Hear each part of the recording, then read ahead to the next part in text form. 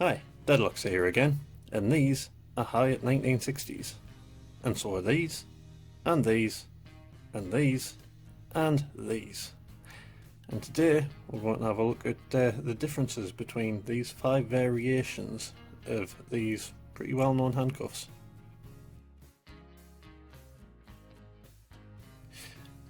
Okay, I want to start off by saying in some of the previous pictures and in some that will be later on, there will be some writing that is crediting where those pictures actually came from, because I don't actually have all of these handcuffs.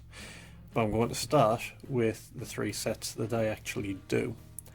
These are the original HIATT 1960, and they have 11 locking serrations and a nice chunky looking bow here.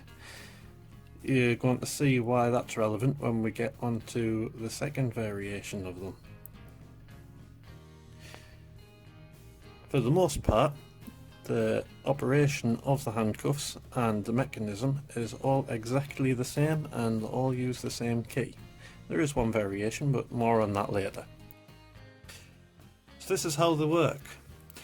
If you turn the key, so the top of the bow of the key here turns towards the curved part of the cuff, that engages the double lock.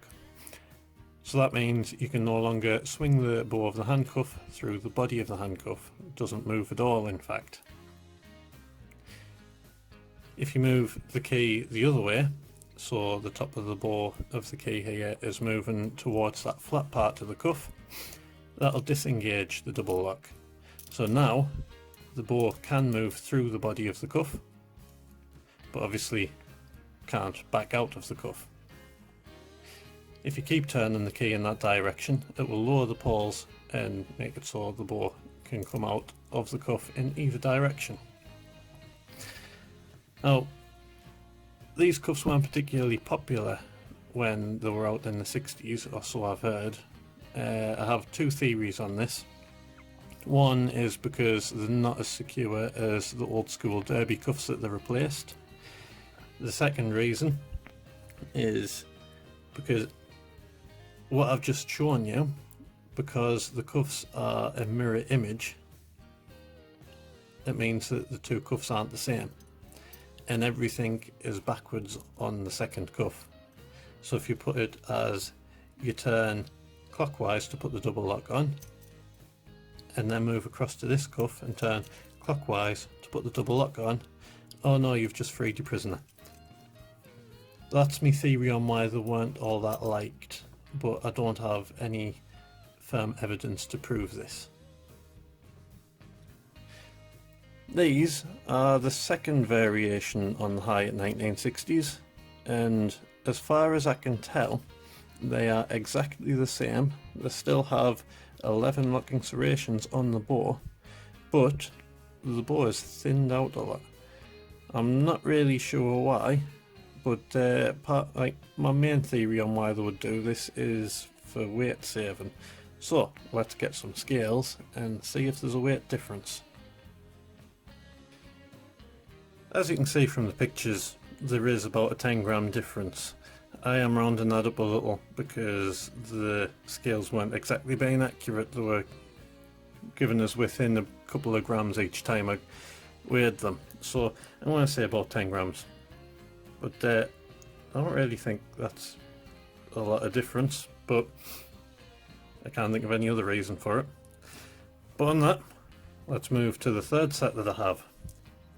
So these are the third one, and these are known as the Longbow HIATT 1960s. They're called the Longbow version because it has 17 locking serrations instead of the usual 11. So that's going to greatly increase the amount of sizes of wrist that you can get into these handcuffs. The other interesting thing about these particular ones is, if you notice from the other 2 models, we have a nice smooth face. On this we have some very noticeable protruding rivets. Now, from what I've been told, these are the prison model. So these wouldn't be the cuffs that would be out with a police officer, these ones would have been used in a prison. So you have these chunky rivets which makes the cuff stronger, and you also have a much chunkier swivel in the middle, also to make it stronger. So the originals are about 350 grams, and the prison version is about 415 grams. So that's a full 65 grams difference. A big thank you to the Doncaster Restraint Museum for letting me use this picture for this video, because I don't have a set of these and I don't think I ever will, but the only difference here is these ones are black. They appear to be the same as my longbow prison type, but with a nice black factory finish. Now, I don't think I'll ever manage to find a set of these because they seem to be a bit of a rarity, but it'd be nice to get a hold of a set. And now onto the final version of the handcuffs that I know of, and these are the heavyweight pattern HIATT 1960s. Now these ones are very different to the other cuffs, and they do look very similar, but if you have a look at that keyway, we are very different. Now I am lucky enough to have pictures of inside and outside of these handcuffs thanks to Chris Gower, because again, this is a set of cuffs that I'll probably never actually manage to get my hands on myself. If we have a look at the inside, it's not just a different keyway, we actually have a different mechanism. So the original version HIATT 1960s has this key post in the middle of the keyway. Now that key post actually turns around and has this protruding part sticking out. That moves around with it, and if you put it in a certain position, acts as a double lock by stopping the locking pulls from lowering. And if you turn it a bit further around, it now pushes the locking pulls down out of the way so you can move the bow in and out freely. So the heavy pattern HIATT 1960s does not have that key post in the middle with the protruding part. It's just the key that does the job of moving the pulls up and down. Also, because it doesn't have that, it doesn't have a double lock neither, which is interesting. That doesn't happen very often. But you can see as well, the locking pulls do differ slightly between the two models to allow it to be operated by the key instead of a part of the cuffs. So that's the 5 variations of the HIATT 1960s that I know of. If anyone else has any more information, I would love to hear it. Please stick it down in the comments. And I am planning on doing a deep dive video on all of the different exploits that I know with these handcuffs, because there is a few. And hopefully that'll be up within the next couple of weeks. And that's all from us. See you next time.